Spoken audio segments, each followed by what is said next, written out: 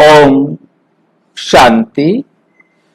26 अप्रैल 2024 आज की साकार मुरली रंगीन बड़े बड़े अक्षरों में पढ़ें, सुने और मंथन करें।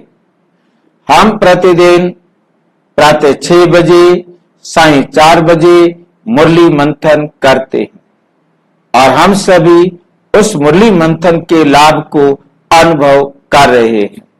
आप भी ये वीडियो, ये मुरली सुन रहे हो, आपको भी लग रहा होगा कि हमें मुरली मंथन करने से कितना अच्छा लगता है। तो इसलिए आप भी इस मुरली मंथन में लाइव जुड़ना चाहते हैं तो गूगल मीट का लिंक इसी वीडियो के डिस्क्रिप्शन में दिया है, या यूट्यूब पर लाइव जुड़ना चाहें उसका भी लिंक दिया है। जिनको लिंक नहीं मिल रहा हो वे मेरे पास लिखकर भेज सकते हैं, तो मैं उनके पास लिंक भेज दूंगा।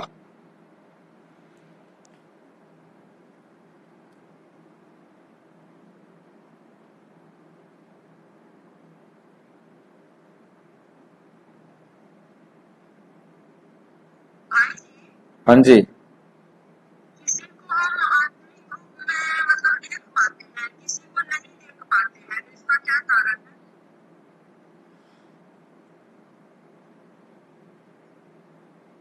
इसका कारण है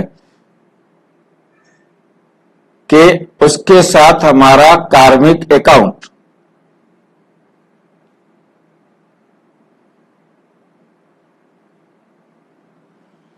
उसके साथ हमारा जो है ना कार्मिक अकाउंट है, जिसके कारण वो अकाउंट भी हमें बराबर जरूर करना है। चाहते हैं परंतु करें क्या। अब शादी हम नहीं करना चाहते थे, उनके साथ हमने शादी कर ली, क्यों? कार्मिक अकाउंट है। हम उनसे मिलना नहीं चाहते, क्यों मिले हम उनसे? क्योंकि उनके साथ हमारा कार्मिक अकाउंट है। तो ये जो कुछ भी हो रहा है वो हमारे कार्मिक अकाउंट के हिसाब से हो रहा है, और इसको हमने बाबा की श्रीमत के अनुसार वर्तमान में देखना है कि वर्तमान में मैं बेस्ट से बेस्ट अपना एक्ट करूं, क्योंकि मेरे हाथ में मैं हूं। वो जैसे भी करेंगे वो उनका पार्ट है, मुझे अपना एक्ट बेस्ट से बेस्ट करना है और वो मेरे हाथ में है। अब मैं उसे अच्छा से अच्छे व्यवहार में देखूं, बाबा की श्रीमत के अनुसार देखूं, क्योंकि मेरे हाथ में वर्तमान है। मैं गलत देख रहा हूं, मैं गलत सुन रहा हूं, गलत सोच रहा हूं, ये मैं तो मेरे हाथ में हूं ना। मुझे क्रोध आ रहा है, कभी उसने मेरे साथ गलत व्यवहार किया था और जिसके कारण मुझे क्रोध आ रहा है। अब मैं हर वक्त बाबा कहते, जब भी किसी से मिलो, जब भी किसी से मिलो, उसकी पिछली सारी फाइलें भूल कर मिलो। यदि उसकी पिछली बातें आपकी बुद्धि में होंगी तो आप उसके साथ अच्छी तरह से व्यवहार नहीं कर सकेंगे, क्योंकि अच्छा व्यवहार हम तभी कर सकेंगे उसने जो किया था वो भूल जाओ, जो बीत चुका उसको बिंदी लगाओ। हम बिंदी नहीं लगा पाते, जिसके कारण हम अपना व्यवहार रोंग कर देते। जब बीत जाए उसे ड्रामा कहकर बिंदी लगाओ, परंतु वर्तमान में बिंदी, वर्तमान में ड्रामा प्रयोग नहीं करना, वर्तमान में अपने आप को राइट नहीं समझना। जो हो चुका वो हमारा पार्ट था, परंतु जो वर्तमान में हो रहा है वो तो मेरे हाथ में है। मैं उसे चाहूं तो बदल सकता। जब बीत जाए कि मैं नहीं बदल सका तो उसे ड्रामा कहकर बिंदी लगाए, परंतु पहले से ही ड्रामा डिसाइड नहीं करे। ठीक है। ओम शांति। आज की मुरली का सार, मीठा मीठा बाबा कहते मीठे बच्चे, शरीर निर्वाह अर्थ कर्म करते हुए बेहद की उन्नति करो। जितना अच्छी रीति बेहद की पढ़ाई पढ़ेंगे उतनी उन्नति होगी, उतनी उन्नति होगी। हमें समझ में आया? जितना अच्छी रीति बेहद की पढ़ाई पढ़ेंगे, क्योंकि ये पढ़ाई है बेहद की। बेहद की का मतलब हमें समझ में आ चुका है संपूर्ण। इससे बड़ी पढ़ाई कोई नहीं है। पढ़ाने वाला भी बेहद का बाप, उससे ऊंच कोई है ही नहीं, जो सारे यूनिवर्स के आदि मध्य अंत की सारी नॉलेज देने वाला है। और सारी की सारी नॉलेज हमें मिल रही है, और पूरे कल्प में बेहद के ड्रामा में एक ही बार इस समय ही मिलती है। ये नहीं कि फिर हम कभी कर लेंगे। तो इसलिए हमने बेहद की पढ़ाई बेहद के बाप से बहुत अच्छी रीति पढ़नी, बहुत पूरा अटेंशन देकर पढ़ना है। जितना हम अटेंशन देंगे तो अटेंशन भी हमारा कितना होना चाहिए? बेहद का अटेंशन होना चाहिए। तभी हम बेहद की पढ़ाई को अपने जीवन में धारण कर सकेंगे। यदि हमारा अटेंशन कहीं और चला गया तो हम पढ़ाई को पूरा बेहद का अपने जीवन में ला नहीं सकेंगे। प्रश्न, तुम बच्चे जो बेहद की पढ़ाई पढ़ रहे हो, इसमें सबसे ऊंच डिफिकल्ट सब्जेक्ट कौन सी है? तुम बच्चे जो बेहद की पढ़ाई पढ़ रहे हो, हम संपूर्ण ज्ञान को लेने के लिए बैठे हैं, और उसमें सबसे ऊंच डिफिकल्ट सब्जेक्ट कौन सी है? हमारे इस विश्वविद्यालय में 4 सब्जेक्ट। कौन कौन से? ज्ञान, योग, धारणा और सेवा। इन चारों सब्जेक्ट में से कौन सा सब्जेक्ट सबसे ऊंच है और सबसे डिफिकल्ट है ना? तो हमारा ज्ञान तो बहुत सहज है। आओ चुपचाप बैठो और सुनो, है नहीं? इसमें कोई मेहनत वाली बात नहीं है। और दूसरा सब्जेक्ट है हमारा योग, उसको प्रयोग करना। जो योग का मतलब है जो बाबा ने ज्ञान दिया उसे हमने प्रैक्टिकल करना है। थ्योरी तो आसान होती है, परंतु प्रैक्टिकल ही मेन होता है, मुश्किल होता है, कठिन होता है, थोड़ा सा डिफिकल्ट होता है। उत्तर, इस पढ़ाई में सबसे ऊंची सब्जेक्ट है भाई भाई की दृष्टि पक्की करना, प्रयोग में लाना, प्रैक्टिकल करना। बाबा कहते तुम सबको आत्मा आत्मा भाई भाई की दृष्टि से देखो। अब ये भाई भाई की दृष्टि पक्की कैसे होगी?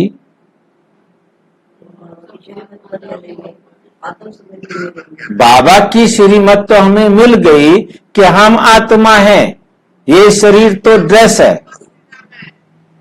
हमें अपने आप को बैठकर समझाना है, बार बार समझाना है। एक बार समझाया, फिर देह दिखाई दी, फिर अपने आप को बैठकर समझाना है, भाई क्यों दिखाई दी, फिर समझाना है। तो बार बार हमें अपने आप को समझाते रहना है अंत तक, जब तक हम उस अवस्था को प्राप्त नहीं कर लेते। और जब तक हम अवस्था को प्राप्त करें उसकी पहचान भी होनी चाहिए। यदि हमें दूसरे की देह दिखाई दे रही है तो समझ लो कि अभी मैं आत्म अभिमानी नहीं बना। और हम दूसरे को पहचानना चाहें कि वो आत्म अभिमानी बना है या नहीं बना है, तो उसकी नजर से समझ सकते हैं कि वो मेरी देह को देख रहा है या मुझ आत्मा को देख रहा है। यदि वो देह को देख रहा है तो अभी वो भी देही अभिमानी, आत्म अभिमानी नहीं बना है। इस पढ़ाई में सबसे ऊंची सब्जेक्ट है भाई भाई की दृष्टि पक्की करना। बाप ने ज्ञान का जो तीसरा नेत्र दिया है, बाबा ने हमें क्या दिया है? तीसरा नेत्र। तीसरा नेत्र तो कोई आंख तो है नहीं, पर तो वो किसे कहते हैं? समझ। हमें समझ में आ गया है, हमें बुद्धि दी है, हमें ज्ञान दिया है। जिस ज्ञान से, जिन बातों से हम समझ गए हैं, ये समझना ही तीसरा नेत्र है। उस नेत्र से, तीसरा नेत्र दिया है, उस नेत्र से आत्मा भाई भाई को देखो। हमें समझ में आ गया कि ये शरीर जो है, पहचान तो ये शरीर है, परंतु इस शरीर को चलाने वाली जो आत्मा है वो मेरा भाई, वो मेरा भाई है।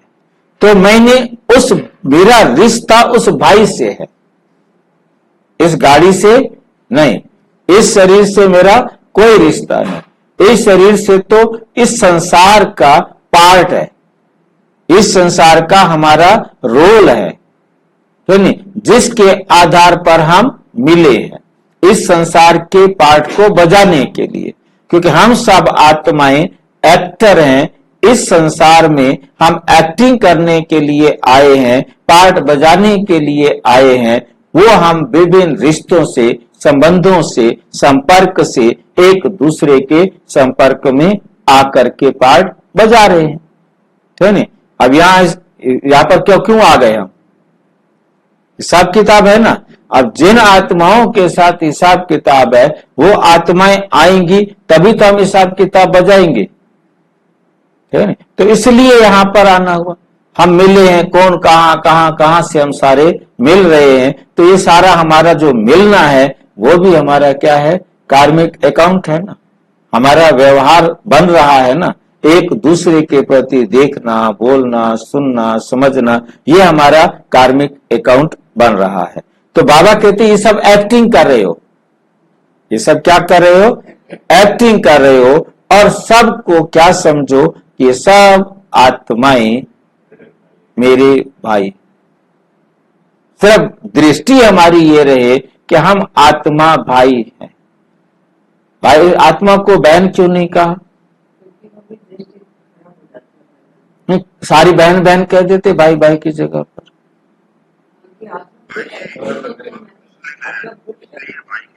हाँ जी,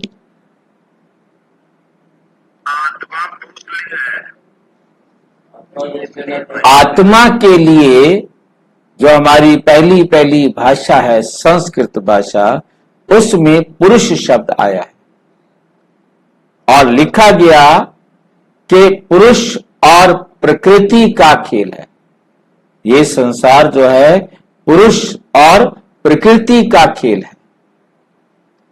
प्रकृति माना 5 तत्वों से बना हुआ ये शरीर, और पुरुष हो गया आत्मा। तो हम भी यही कहते हैं कि ये संसार प्रकृति और पुरुष का खेल है, परंतु एक चीज बाबा ने जो नई जोड़ी है, जो दुनिया में कहीं भी नहीं मिली देखने के लिए, किसी भी धर्मशास्त्र में नहीं मिली, वो है समय। समय, आत्मा, प्रकृति और समय, इन तीनों से मिलकर के बना है ये नाटक, ये खेल, ठीक है। क्योंकि बिना, बाबा ने कहा सारा नाटक समय की बेल्ट पर चलता है। कोई भी नाटक उसका समय बताया जाएगा ना, 2 घंटे का है, 3 घंटे का है, 10 साल का है, 6 महीने का है, ठीक है नहीं। उसका नाटक का समय तो होगा ना, बिना समय के तो नाटक नहीं बनेगा। तो ये वर्ल्ड ड्रामा 5000 साल का है। तो समय की बेल्ट जो है ना, ये बाबा ने दी है, ये दुनिया के किसी भी उसमें नहीं। तो ये तीन, उन्होंने सिर्फ दो चीजों को लिया, पुरुष और प्रकृति, है नहीं। तो पुरुष आत्मा हो गया, प्रकृति क्या हो गया, शरीर हो गया। इस प्रकृति को स्त्रीलिंग कहा जाता है और पुरुष कहा जाता है। तो ये स्त्री और पुरुष प्रकृति को, तो हम आत्माओं ने ये शरीर लिया, शरीर चाहे शरीर हम आज दुनिया की भाषा में मतलब स्त्री और पुरुष कहते हैं, क्यों नहीं, परंतु आध्यात्मिक भाषा में कोई स्त्री पुरुष नहीं, ये सिर्फ मेल फीमेल केवल समझने और समझाने के लिए सांसारिक भाषा में है। वास्तव में हम सब आत्माएं या तो स्त्री वाला शरीर लेंगे या पुरुष वाला शरीर लेंगे या हिजड़े वाला शरीर लेंगे। शरीर तो मनुष्य का ही लेना है ना, तीनों में से कोई सा भी हम शरीर लेंगे तो वो शरीर क्या है, पुरुष नहीं है। शरीर क्या है, प्रकृति, चाहे वो पुरुष का शरीर है चाहे वो स्त्री का शरीर है। इसीलिए हाँ जी, जो हिजरा आपने शब्द वापरा है ना, जब मेरा बोलने का मतलब है कोई पुरुष बाद में स्त्री पुरुष बन सकता है क्या? हिजड़ा हिजड़े ही बनते रहते? नहीं, जो भी पुरुष है वो हिजड़ा या स्त्री या पुरुष, ये तीनों में से कुछ भी बन सकता है अपने कार्मिक अकाउंट से। हिजड़े कोई हमारे से अलग नहीं है, इसलिए अभी गवर्नमेंट ने भी उन्हें थर्ड जेंडर के रूप में एक्सेप्ट किया है। पहले उनको अलग रखा जाता था, उनको काउंट ही नहीं किया जाता था। उनका सेक्शन ऊपर कुछ अलग है क्या? तो उनका कोई टाल टाली है क्या? कोई अलग से कोई टाल टाली नहीं है, वो आत्मा है। यहाँ सारी टाल टालियां आत्माओं की हैं। पेड़ के अंदर कहीं पर स्त्रियों की टाली अलग नहीं बनाई, स्त्री पुरुष की अलग अलग टाली नहीं बनाई है। चाहे कोई स्त्री हो तो चाहे कोई पुरुष हो, वहां आप देखते हैं कोई धर्म पिताएं बहनें भी बनी हुई हैं तो उनको भी धर्म पिता के रूप में लगाया हुआ है। ये तो इस संसार की झूठी दुनिया की झूठी नजर है कि ये स्त्री है ये पुरुष है।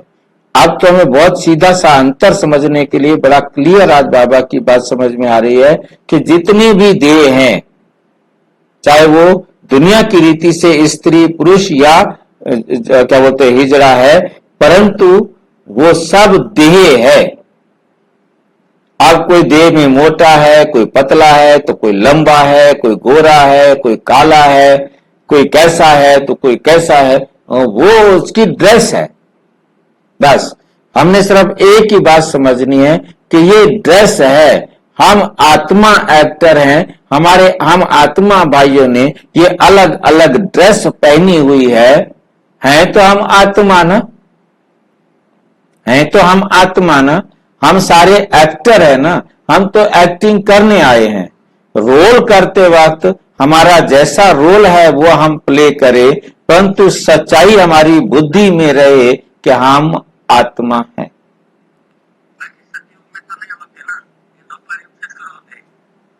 यदि सतयुग में हो भी तो क्या फर्क पड़ता है? बस सतयुग में यदि हिजड़ा हो भी तो क्या फर्क पड़ता है? मुझे बताओ, क्या दुख की बात है? वहां कोई विकार की बात तो है ही नहीं। ये तो इस पतित दुनिया विकारी दुनिया के अंदर है ना। वहां कोई हिजड़ा है या नहीं है, में है तो तीन ही ना। ये तो यहां आकर के परिवार ने समाज ने ये अंतर करना शुरू किया तो उनको दुख होता है, वरना क्या दुख होना चाहिए उनको? उनको दुख होने की क्या जरूरत है? शरीर है ना, तो बाकी शरीर विकृत नहीं होंगे क्योंकि वहां विकार नहीं है। बाकी जो सच है वो आगे हमें बाबा ने कहीं बताया नहीं है कि सतयुग में होगा या नहीं होगा, परंतु बात हमें समझनी है क्योंकि विकार आते हैं तो हमारे शरीरों में ये विकार आ गया। कोई लंगड़ा हो गया, कोई मंद बुद्धि हो गया, किसी का कुछ खराब हो गया, किसी का कुछ खराब हो गया। बाकी ऐसा कोई बात नहीं है कि सतयुग में हो तो उससे कोई फर्क नहीं पड़ेगा, बाकी होंगे नहीं, क्योंकि विकार शब्द आता ही द्वापुर से है। हाँ जी, क्यों बनेंगे? वो उनका कुछ ऐसा कार्मिक अकाउंट बन गया जिसके कारण उनका शरीर खराब हो गया। अब हमारा किसी का कोई अंग खराब हो जाए, किसी का फेफड़ा खराब हो जाए तो किसी का हार्ट खराब हो जाता है, किसी का किडनी खराब हो जाता है, किसी का हाथ खराब हो जाता है, किसी का टांग खराब हो जाता है। तो खराब तो कोई भी अंग हो सकता है ना, परंतु क्यों हुआ? वो उस आत्मा के कार्मिक अकाउंट के कारण हुआ, ताकि वो अपना हिसाब किताब बराबर कर सके। जिनके साथ उस करेंगे तो चेंज हो जाएगा। हाँ जी, जो कर्म हम अच्छे करेंगे तो आगे चेंज हो जाएगा क्या? जो कल्प कल्प हम पाठ बजाएंगे, मैंने मान लो 2 जन्म 3 जन्म हिजड़े का बजा के आया हूं, तो मुझे बचाना पड़ेगा। उससे मुझे बाप का, परमात्मा का बाप भी नहीं बचा सकता, कोई नहीं बदल सकता। मैंने जो जो पाठ बजाए हैं वो मुझे बजाने हैं। हमें किसी के रोल से हमें नफरत करनी नहीं है। यही बात हम समझ रहे हैं आज, कि हम ये सिर्फ रोल कर रहे हैं। अब किसी को रोल विलियन का मिला, हम उसको कहेंगे ये गंदा आदमी है। गंदा कहां से है? आदमी तो आत्मा तो हाँ जी, हिजड़ा क्या होता है? भाई उनके जनन अंगों में कोई ना कोई विकार आ जाता है, इसलिए उसको हिजड़ा कहते हैं, बाकी और कोई बात ही नहीं है। एक अंग ही तो खराब हो गया है ना, बाकी कुछ नहीं। बाकी तो सारा शरीर ठीक है, दिमाग भी ठीक है, सब कुछ ठीक है, खाना पीना चलना बैठना काम करना सब कुछ ठीक है, सिर्फ उनका एक अंग खराब हो गया। अब किसी की पैदा होते किडनी खराब हो तो क्या कहेंगे उसको? जितना समय जी सकेगा जिएगा। अब किसी का कोई अंग टेढ़ा हो जाए, उसको ये थोड़ा कहेंगे कि वो मनुष्य नहीं है, वो मनुष्य तो है ना। तो अब उनको पूरी समानता का अधिकार मिल गया है। पुरुष होकर भी क्या करता है, वो उसके लक्षण में ना स्त्री के जैसे दिखते हैं, हाँ जी, तो उसके स्वभाव संस्कार में चेंज होता है ना।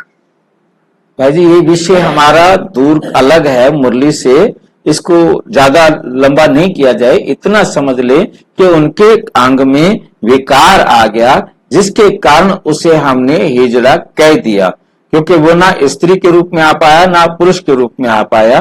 बाकी अंग तो हिजड़े भी दोनों प्रकार के होते हैं, मेल हिजड़ा भी होता है और फीमेल हिजड़ा भी होता है। हाँ जी, जमाने में राजाओं के टाइम में इनका बहुत ऊंचा स्थान होता था, रानियों के महलों में रहते थे ऊंचा। ओम शांति।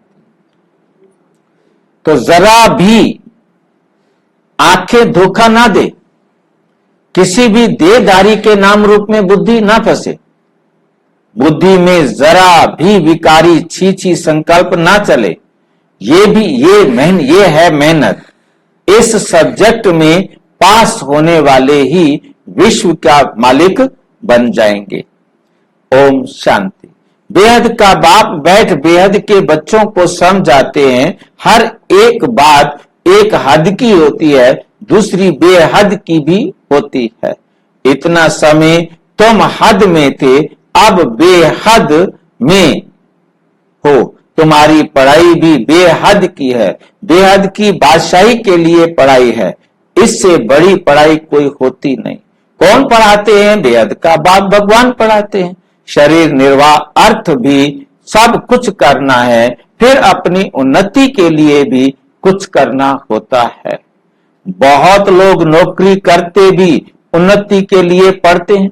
नौकरी कर रहे होते हैं, फिर भी पढ़ के भी मेरी तरक्की हो जाएगी, अगली पोजीशन अच्छी मिल जाएगी।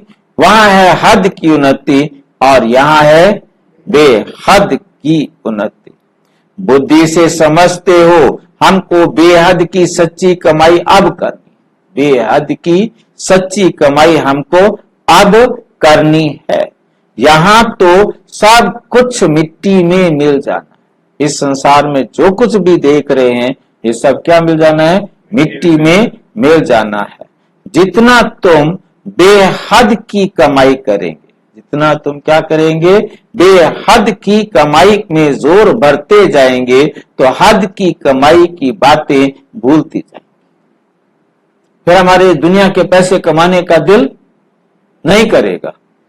बस इतना काफी है जिससे हम रोटी खा लें, इतना बहुत है।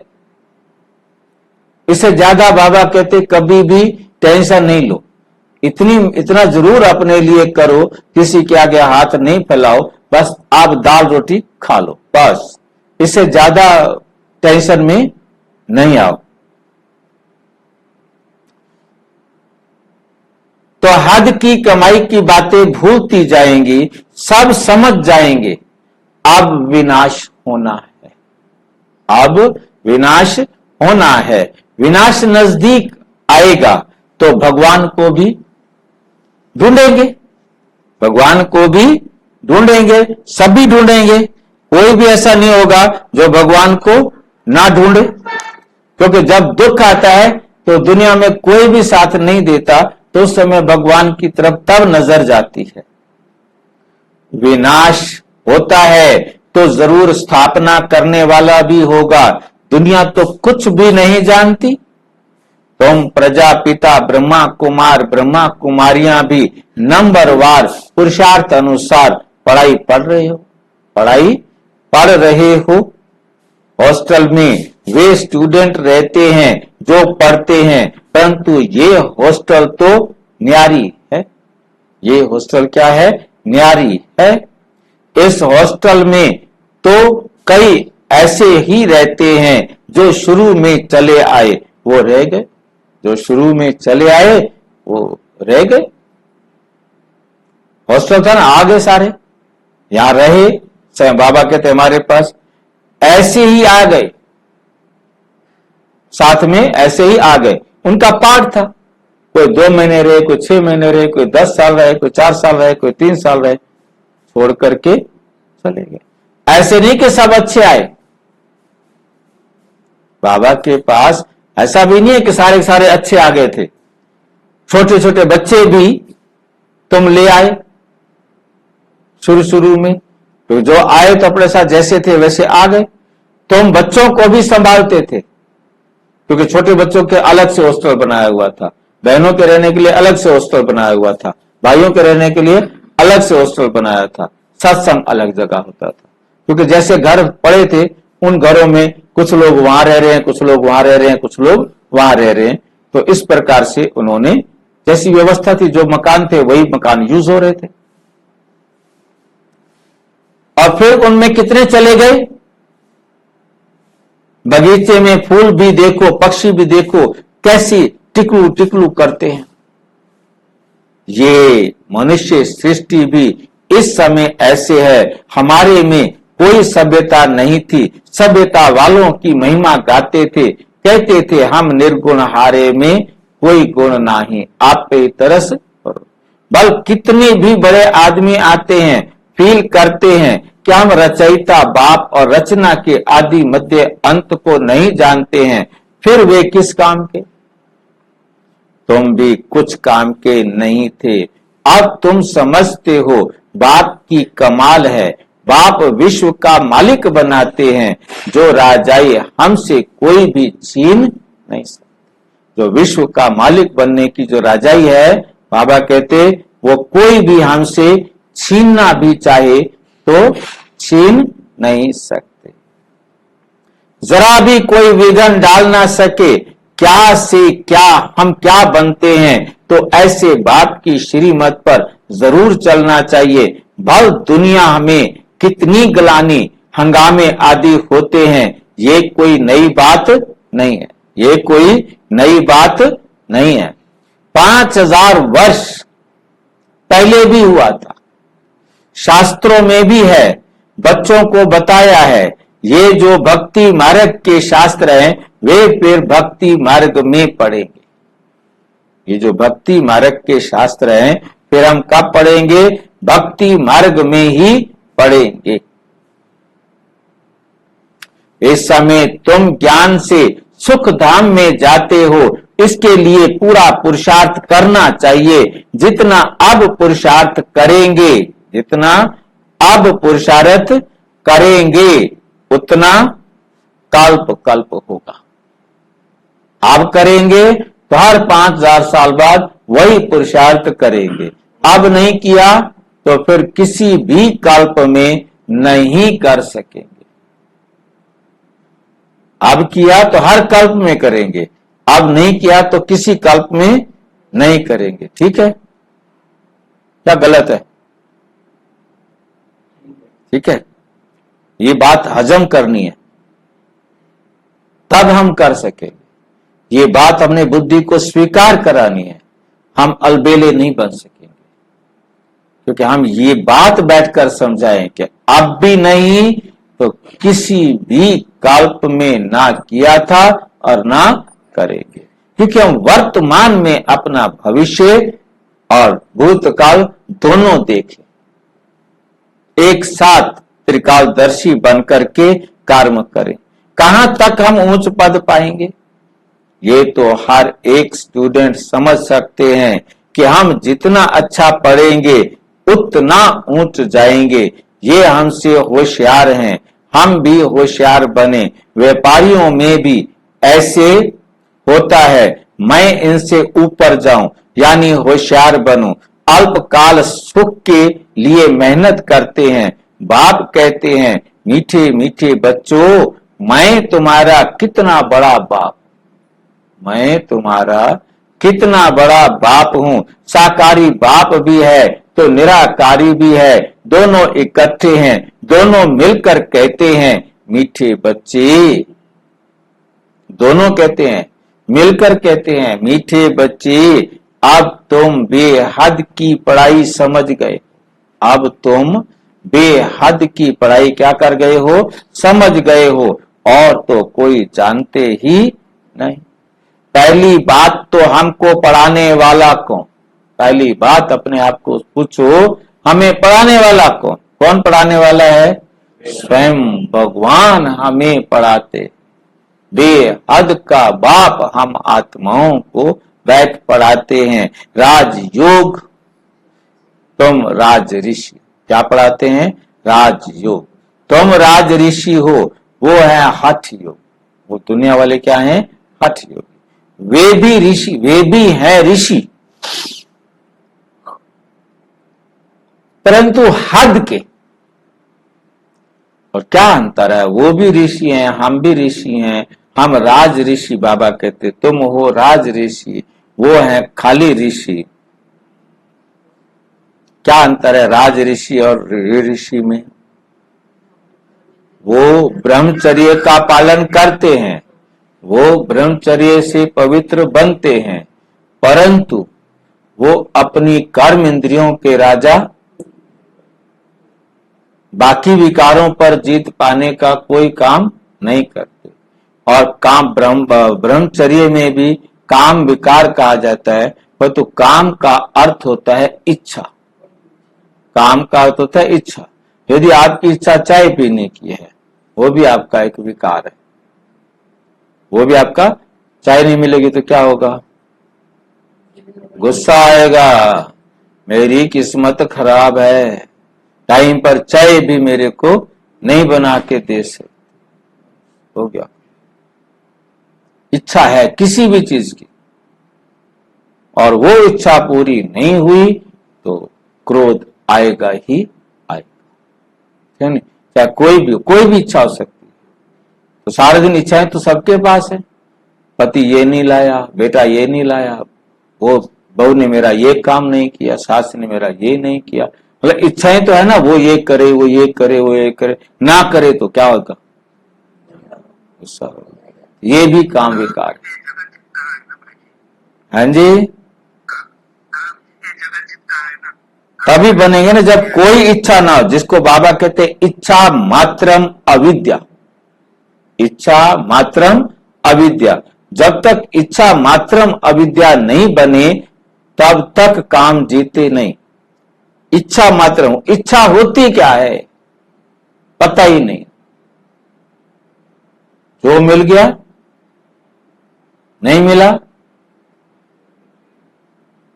कोई इच्छा नहीं। ये जैन धर्म के अंदर मैंने देखा है, जो भी भोजन मिल गया,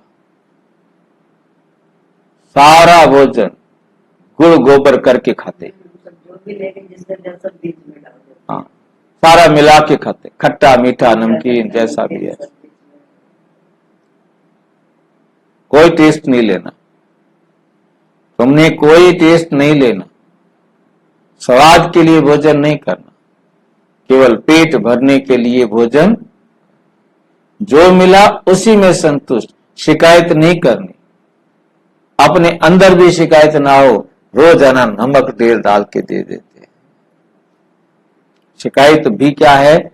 इच्छा का बिगड़ा हुआ रूप, विकृत रूप, दूसरा रूप है। वे हैं हठ योगी, वो हठ करते हैं, परंतु ऋषि पवित्र बने, परंतु हद की पवित्रता है उनके पास। और आप बेहद की पवित्रता, मतलब संसार की कोई चीज की इच्छा नहीं, इच्छा नहीं, संपूर्ण जगत में से कुछ भी इच्छा नहीं कि ये मुझे चाहिए। बेड मिल जाए सोने के लिए ठीक, पत्थर मिल जाए सोने के लिए तो भी, कहीं भी जो खाने के लिए मिल जाए, जहां। इसलिए बाबा के पास जो समर्पित होते हैं उन्हें प्रतिज्ञा करनी होती है, जहां बिठाओगे, जो खिलाओगे, जो कराओगे, हम करें, हम।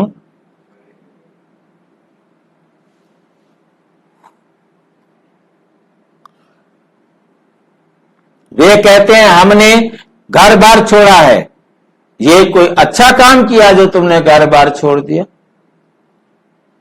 तुम घर बार तब छोड़ते हो जब तुम विकार के लिए, तब उनको पूछना है कि वो कहते हैं हमने घर बार छोड़ा। क्यों छोड़ा भाई घर बार? बच्चे पैदा किए, परिवार बनाया, अब तुम छोड़ के सारी जिम्मेवारियों से मुंह मोड़ के जंगल की तरफ चल पड़े हो। क्यों भाई?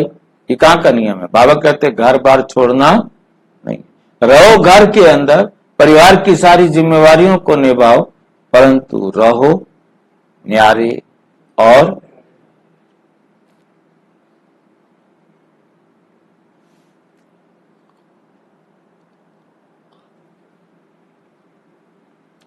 तुमने क्यों घर बार छोड़ा? जब तुमको विकार के लिए तंग किया। सामने जो बैठे हैं यज्ञ के बैठे हैं ना, आदि वाले, आदि रतन, तो कहा कि तुमने जो घर बार छोड़ा, क्यों छोड़ा?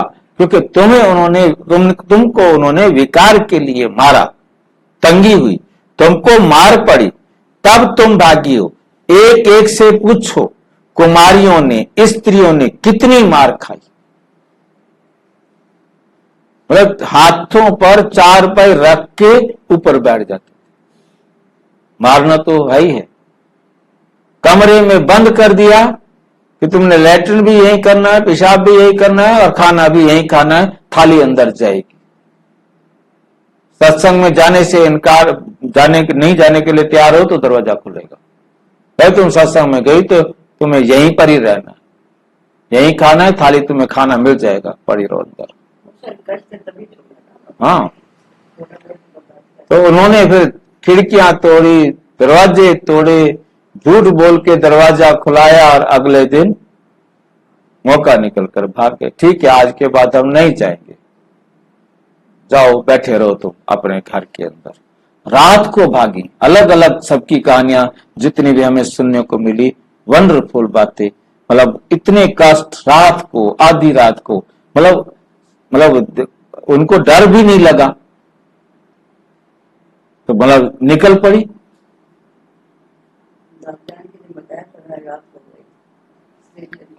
हाँ, फिर उन्होंने स्टेशन पर दे रखे थे फोटो, ये स्टेशन पर आवे तो गाड़ी पर नहीं बैठने देना, उससे भी बचना, फिर बुर्का पहनना। पक्का करना था वैसे छोड़ा। किनको? ऐसा है कि बाबा ने कहा तुम जो है देवी देवता हो, तो तुम पवित्र थे, तो तुम्हें अब पवित्र बनना है। उनको तो समझ में आ गया हमें पवित्र बनना है। अब घर वालों में तो तूफान मचा दिया ना, कि कहां की पवित्रता, कौन आ गए तुम यहाँ पर। तो उन्होंने जैसे ही उन्होंने पवित्र रहने के लिए कहा, तो उन्होंने मारना पीटना शुरू कर दिया। लड़कियां क्या हम शादियां ही नहीं करें? कहते हैं ये कौन सा सत्संग आ गया जो हमारी बेटियां शादियां ही ना करें। उस टाइम तो शादी तो सबसे पहला समझा जाता था। आजकल सब समझते हैं, बच्चे समझदार हैं, उस टाइम इतने बच्चे समझदार नहीं होते थे। स्त्रियों ने कितनी मार खाई, तब चली आई। शुरू में कितनी आई, यहां मिलता था ज्ञान अमृत, तो चिट्ठी ले आई कि हम ज्ञान अमृत पीने ओम राधे के पास जा रही हैं। मतलब बाबा ने कितनी चालाकी से, विकार के लिए नहीं कहा था उस टाइम तक, भोजन के लिए कोई भी नहीं।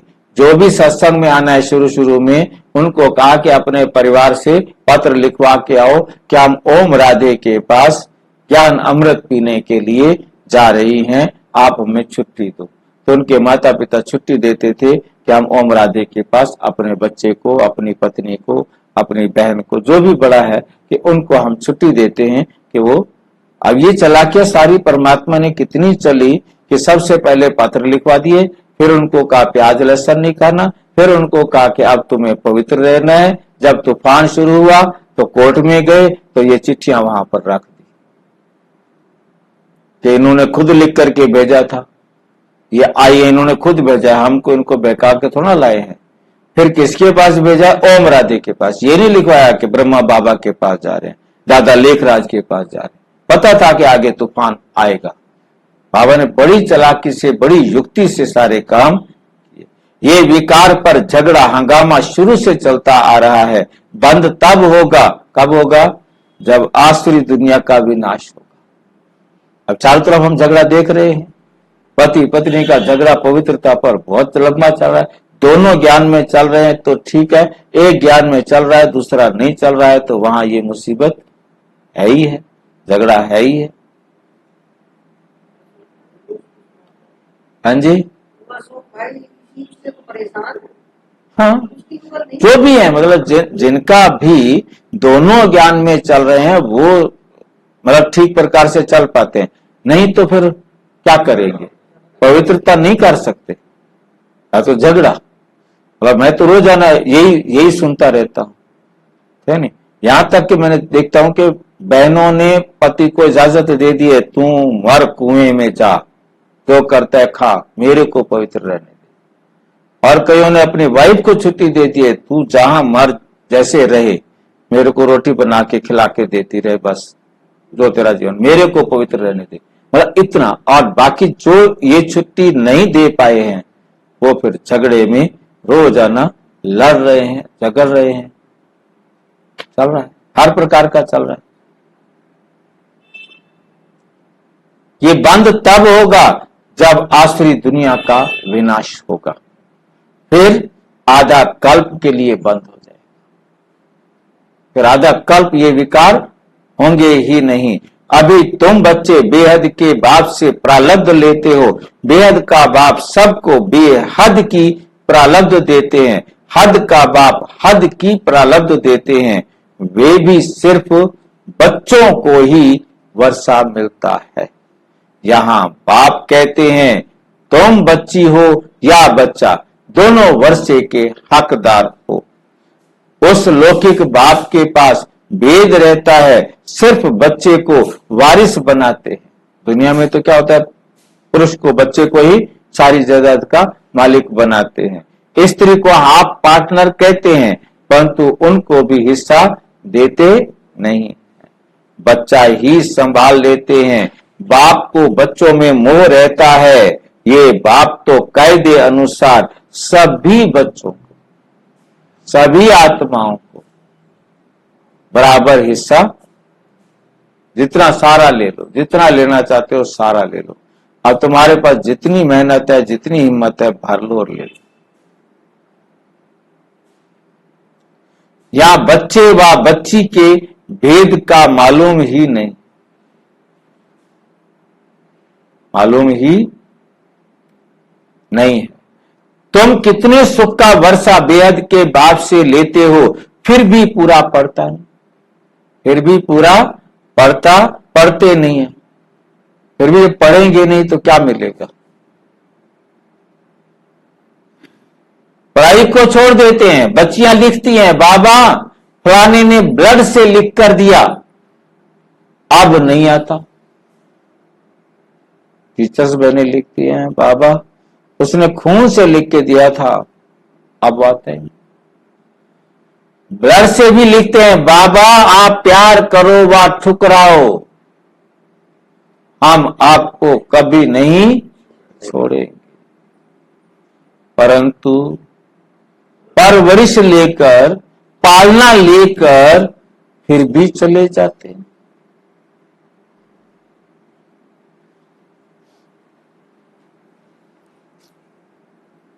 बाप ने समझाया है, ये भी सब ड्रामा है, कोई आश्चर्य बात बगंती हो जाते।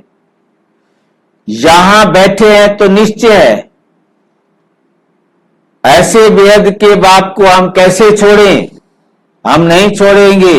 ये तो पढ़ाई भी है, गारंटी भी करते हैं, हम साथ ले जाएंगे। शिव बाबा गारंटी करता है, मैं तुम सब आत्माओं को लेकर जाऊंगा, किसी को भी छोड़ के नहीं जाऊंगा।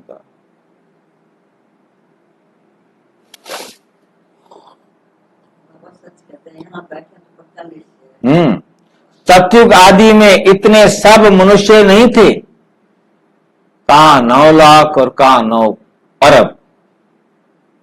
1 अरब की जगह 1 लाख हो जाए, कितना बड़ा अंतर है। पर सभी मनुष्य हैं, सतयुग में बहुत थोड़े होंगे, इतने सब धर्म वाले नहीं होंगे। इतने सब धर्म वाले कोई भी नहीं रहेंगे, उसकी सारी तैयारी हो रही है। ये शरीर छोड़ शांति धाम चले जाएंगे, हिसाब किताब चुकतू कर जाएंगे।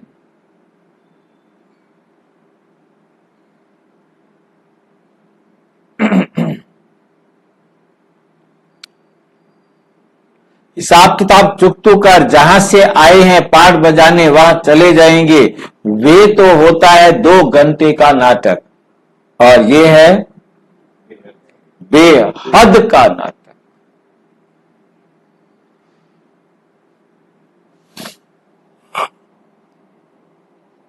तुम जानते हो हम उस घर के रहवासी हैं, और है भी एक बाप के बच्चे। रहने का स्थान है हमारा निर्वाण धाम, वाणी से परे, वहां आवाज होता नहीं। मनुष्य समझते हैं ब्रह्म में लीन हो जाते, ब्रह्म में जाकर लीन हो जाते। बाबा कहते आत्मा अविनाशी है।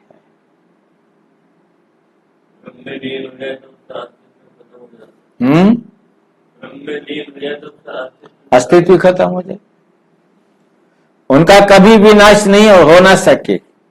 आत्मा का कभी विनाश हो नहीं सकता।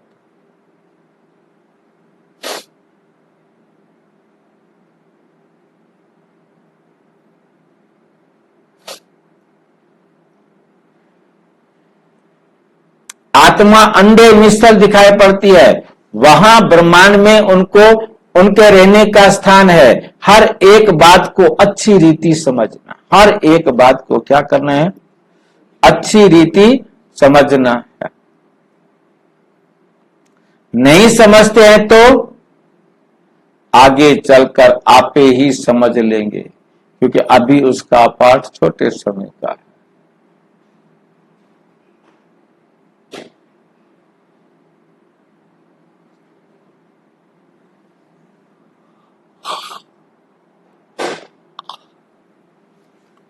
अगर सुनते ही रहेंगे तो छोड़ देंगे तो कुछ भी नहीं समझ।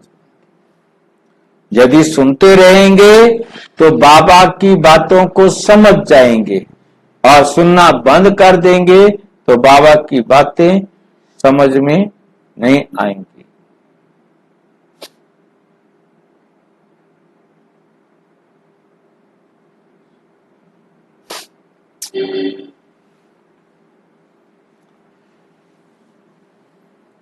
तुम बच्चे जानते हो ये पुरानी दुनिया खत्म हो, नई दुनिया स्थापन होती है। बाप कहते हैं कल तुम विश्व के मालिक थे, और फिर तुम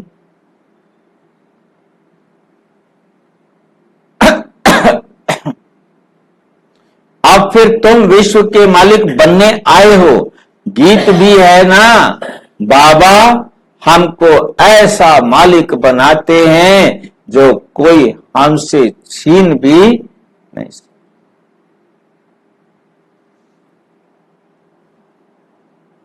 आकाश जमीन आदि पर हमारा कब्जा रहता है। इस दुनिया में देखो क्या क्या है, सब है मतलब। सारी दुनिया क्या है? मतलब।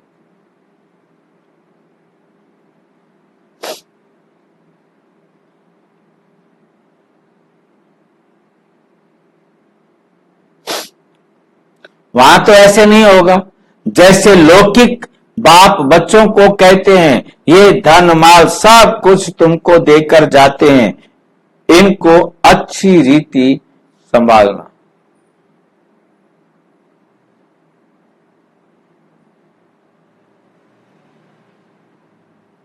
बेहद का बाप भी कहते हैं तुमको धन माल सब कुछ देते हैं, तुमने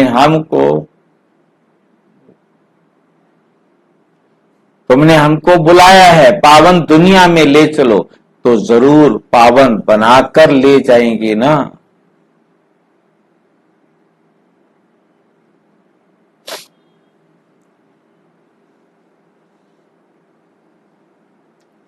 तुमने हमको बुलाया है, पावन दुनिया में ले चलो, तो जरूर पावन बनाकर ले जाएंगे ना।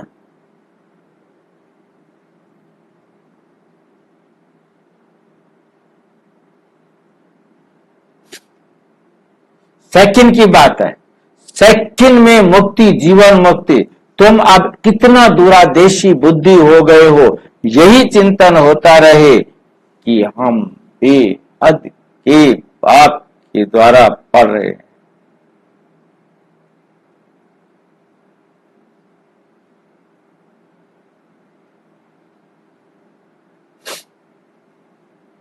हम अपने लिए राज्य स्थापन कर रहे हैं, तो उसमें हम ऊंच पद पर क्यों ना पाए भाई? राज्य स्थापन कर रहे हैं, उस पद क्यों ना पाए? काम क्यों पाए? राजधानी स्थापन होती है, उसमें भी मर्तबे होंगे ना, दास दासियां ढेर होंगे, वे भी बहुत सुख पाते हैं, साथ में महलों में रहने वाले रहेंगे, बच्चों आदि को संभालते होंगे, कितना संभालते सुखी होते।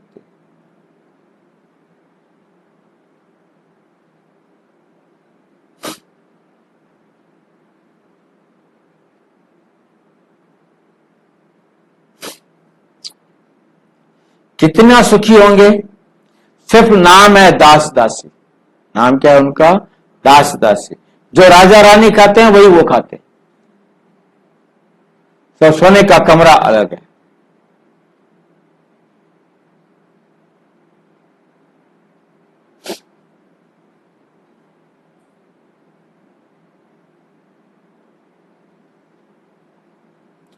जो राजा रानी खाते वही दास दासियां भी खाते हैं, प्रजा को तो नहीं मिलता।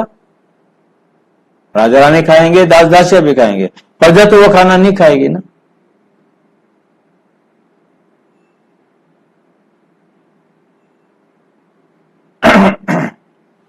परंतु उनमें भी नंबरवार है। तुम बच्चे सारे विश्व के मालिक बनते हो, दास दासियां तो यहां भी राजाओं के पास होती हैं। प्रिंसेस की जब सभा लगती है, आपस में मिलते हैं, तो वो श्रृंगार सामने आता है।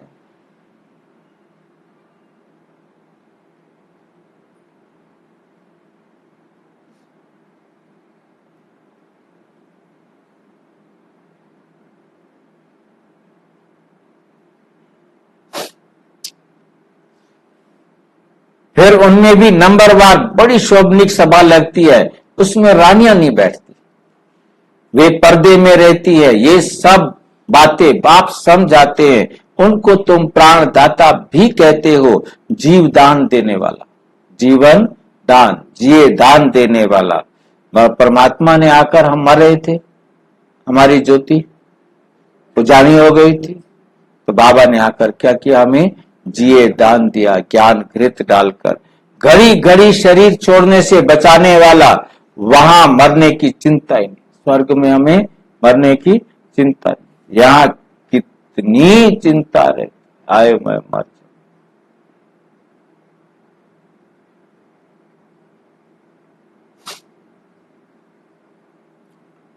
थोड़ा कुछ होता तो बुलाएंगे डॉक्टर को, कुछ थोड़ा सा भी हुआ डॉक्टर, क्यों? मरना चाहूंगा।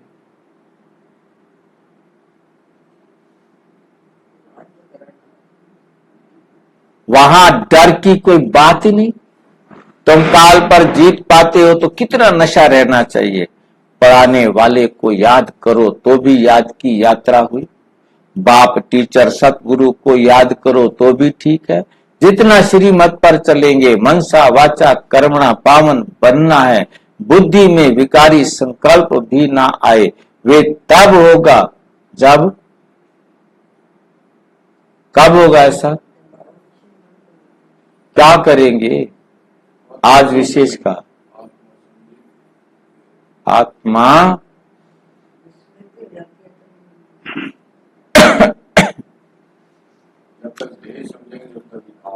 हाँ, वे तब होगा जब भाई भाई समझे, आत्मा भाई भाई, बहन भाई समझने से भी छी छी हो जाते हैं, बहन भाई समझने से भी छी छी हो जाते। सबसे अधिक धोखा देने वाली ये आंखें, इसलिए बाप ने तीसरा नेत्र दिया है, अपने को आत्मा समझो और बिंदी बाप को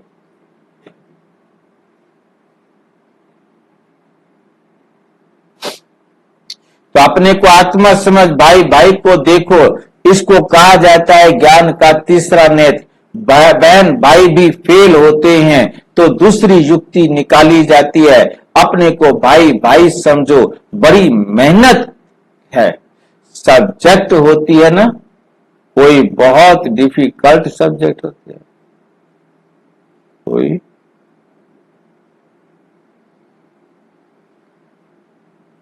ये पढ़ाई है, इसमें उच्च सब्जेक्ट है, इसमें भी उच्च सब्जेक्ट है, तुम किसी का भी नाम रूप में नहीं फंसो। ये जिस पुस्तक में हो,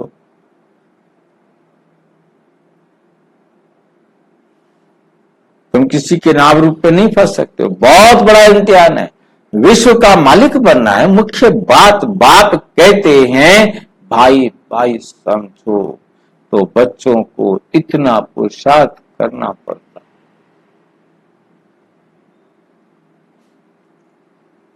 परंतु चलते चलते कितने ट्रेटर भी बन पड़ते हैं,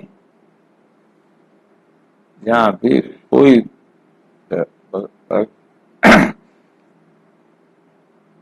या भी ऐसे होता है, अच्छे अच्छे बच्चों को माया अपना बना देती है, तब बाप कहते हैं मुझे फारकती भी दे देते हैं, डाइवोर्स भी दे देते हैं। फारकती बच्चे बाप की होती है,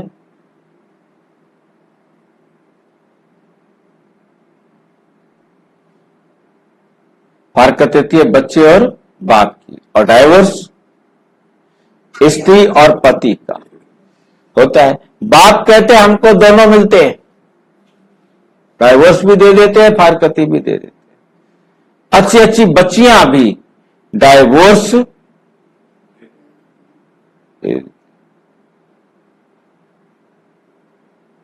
अच्छी अच्छी बच्चियां भी डाइवोर्स दे देती।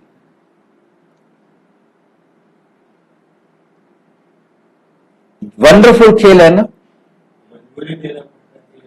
माया क्या नहीं कर सकती, कर देती।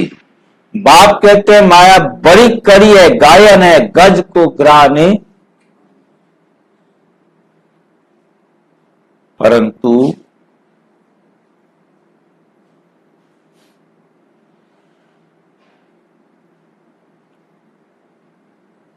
माया बड़ी कड़ी है, गायन है, गज को ग्राने खाया, खुद खाया। ओम माया ऐसी है जो कोई कोई को एकदम पकड़ लेती है। अच्छा, बच्चों को कितना सुनाऊं, कितनी देर बैठ सकते हो, पूछ रहे हो, कितना सुनाऊं। मुख्य बात है अल्लाह। मुसलमान भी कहते हैं सवेरे उठकर अल्लाह को याद करो, ये वेला सोने का नहीं है। इस उपाय से ही विकार विनाश होते हैं और कोई उपाय नहीं है। बाप तुम बच्चों के साथ कितना वफादार है, कभी तुमको छोड़ेंगे नहीं, साथ ले जाएंगे सबको सब।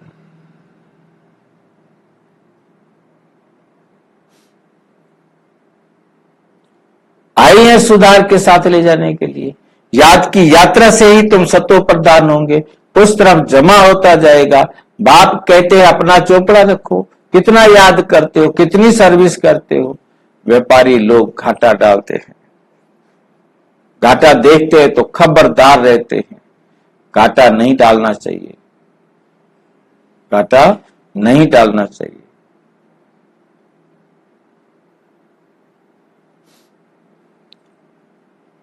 कल्पांतर का घाटा पड़ जाएगा, अब घाटा डाला। अच्छा मीठे मीठे सिक्की लदे बच्चों प्रति माता पिता बाप दादा का याद प्यार और गुड मॉर्निंग। रूहानी बाप की रूहानी बच्चों को नमस्ते। हम रूहानी बच्चों की रूहानी बाप दादा को नमस्ते नमस्ते नमस्ते। धारणा के लिए मुख्य सार नंबर 1, मनसा वाचा कर्मणा पावन बनना है। मनसा वाचा कर्मणा पावन बनना है। बुद्धि में विकारी संकल्प भी ना आए, इसके लिए आत्मा भाई भाई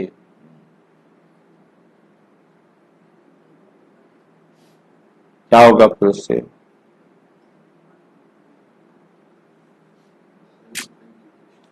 ये अभ्यास करना है, किसी के भी नाम रूप में नहीं फंसना है।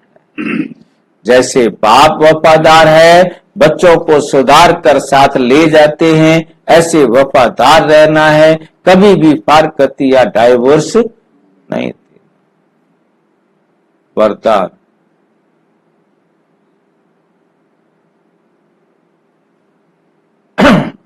सदा हल्के बन, बाप के नयनों में समाने वाले सहज योगी भव। संगम युग पर जो खुशियों की खान मिलती है, वे और किसी युग में नहीं मिल सकती, नहीं मिल सकती। इस समय बाप और बच्चों का मिलन है, वर्षा है, वरदान है।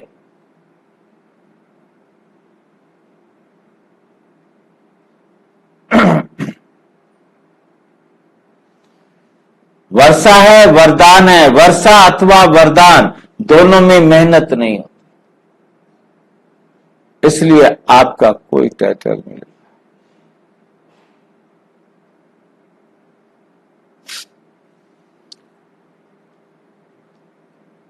सहज योगी, बाबा कहते हैं आपका टाइटल क्या है? सहज योगी। बाप दादा बच्चों की मेहनत देख नहीं सकते, बच्चे मेहनत करें, बाप दादा नहीं देख सकते। हाँ जी,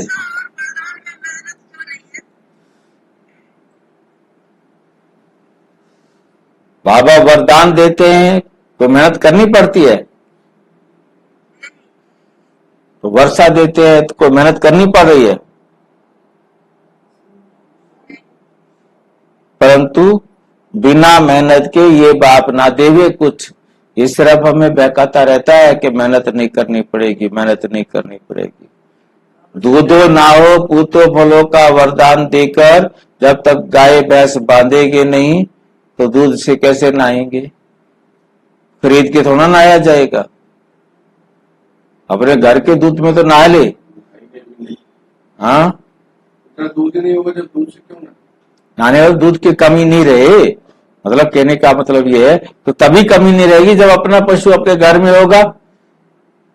तो मेहनत करनी पड़ेगी, उसको आसानी करानी पड़ेगी, ये वो दुनिया भर का झमेला। हाँ जी, तो वरदान भी और वर्षा भी दोनों के लिए मेहनत करना पड़ती है। आपको यदि कोई भी गुण धारण करना है, बिना मेहनत के आप धारण नहीं कर सकते। इमोशनल ब्लैकमेल तो होता रहता है।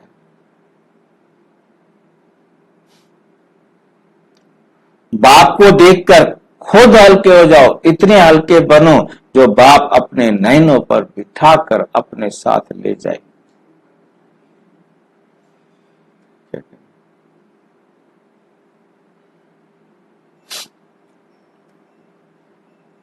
बाप से स्नेह की निशानी है सदा हल्के बन, बाप की नजरों में समा जाना।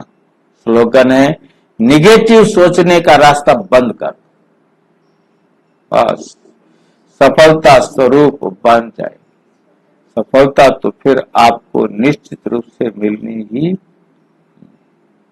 देखेंगे नहीं नेगेटिव को तो अंदर ही आने देंगे तभी तो हमें सफलता मिलेगी। देखते इतने ज्यादा है।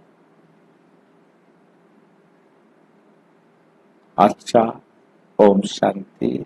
और विस्तार से जानने के लिए प्रजापिता ब्रह्मा कुमारी ईश्वरीय विश्वविद्यालय के किसी भी सेवा केंद्र पर संपर्क करें। और यदि कोई प्रश्न है तो 9213106986 पर केवल टेलीग्राम करें। 9650692270 पर केवल व्हाट्सएप करें, फोन नहीं। ओम शांति।